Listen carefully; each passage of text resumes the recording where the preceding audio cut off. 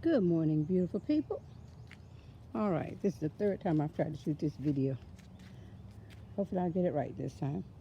Here's my little collards. Well, this is the last of them anyway. I just put them all together. I'm just waiting on them to go to flower so that I don't have to buy Georgia collard green seeds next fall. And that's my one little tomato plant. I have planted other stuff in this bed as well. I got green beans and tomatoes and okra over there. This whole entire bed is all tomatoes, cabbage and peppers and squash and beets down there and spinach, all kinds of good stuff. But this video is actually about bird netting. Oh, way over there I have a cucumber garden. Now, about the bird netting. This is bird netting. I bought it off of Amazon, and can't tell you the name of it, but you'll notice, you'll recognize it when you see it if you go to Amazon. And this is a bamboo pole right here. And what I do is I open up the netting. This is a 3 foot by 8 foot raised bed. This is a 3 foot by 8 foot raised bed. I have enough netting for 2 beds in one pack. The netting costs like $11, but it's a lot. As you can see, this goes all the way up. It actually will fall all the way down to the ground. I secured the netting with the clothespin because it hangs down. I take the clothespin off, the netting will hang all the way down to the ground. Once I pull the rest of it down, it hangs all the way down to the ground. Like this one right here where my cabbage is. I secure it with sticks and rocks and stuff to keep anything from going under the netting, but the squirrels have stopped coming into my garden. The birds have stopped coming into my garden and messing with my food because they don't like messing with this netting. And then in the morning, I I pull the netting up, pull it up, so that I can get down in my garden and work with my plants. I don't have any weeds because I know how to plant food. That's another video.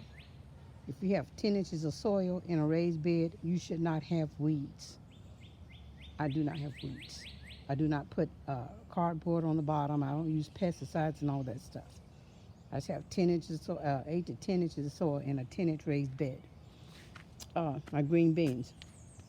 I take the netting off the green beans when it's time for me to come out here and pick it.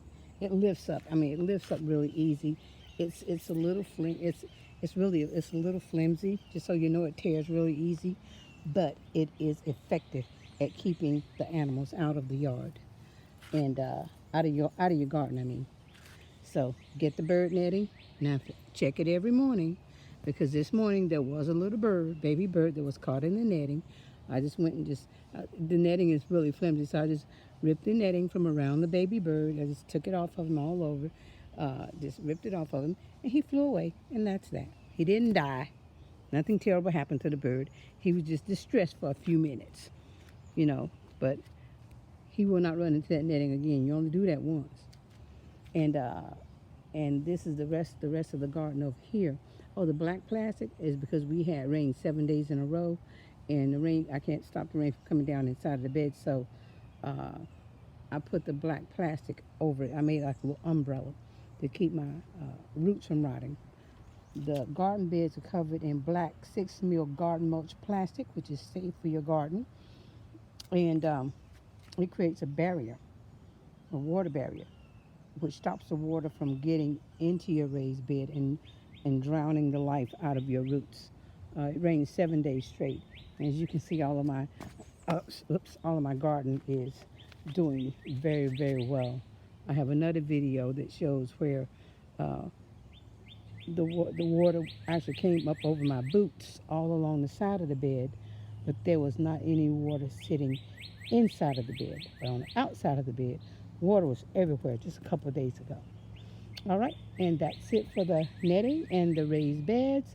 So to protect your garden from creatures, cats, dogs, anything that wants to get inside of them and destroy your hard work, buy the netting from Amazon.